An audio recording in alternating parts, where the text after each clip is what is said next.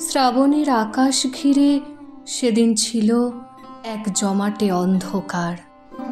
নদী, ফুল, পাখি সবার মন ছিল কেমন মন মরা, ভারাক্রান্ত। পাথর চাপা কষ্ট বুকে নিয়ে বাতাসও যেন বয়ে চলেছিল পাগলের মতো। মেঘেদের কান্না সেদিন ঝরেছিল অঝরে বৃষ্টির ধারা হয়ে। প্রিয়জন হারানোর গভীর শোকে তারা সেদিন যেন ভেঙে পড়েছিল।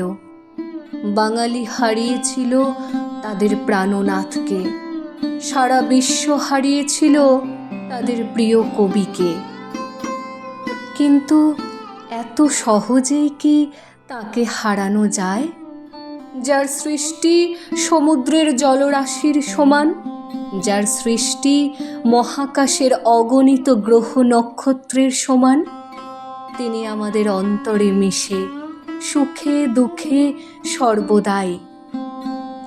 তবুও সকলের মতো মন ভার তাদেরও, কারণ তারা যে ছিল কবির অত্যন্ত কাছের, অত্যন্ত প্রিয়। সেই দিনের মতো আজও মন ভার আকাশের, মন ভার নদী, ফুল, পাখি সকলেরই।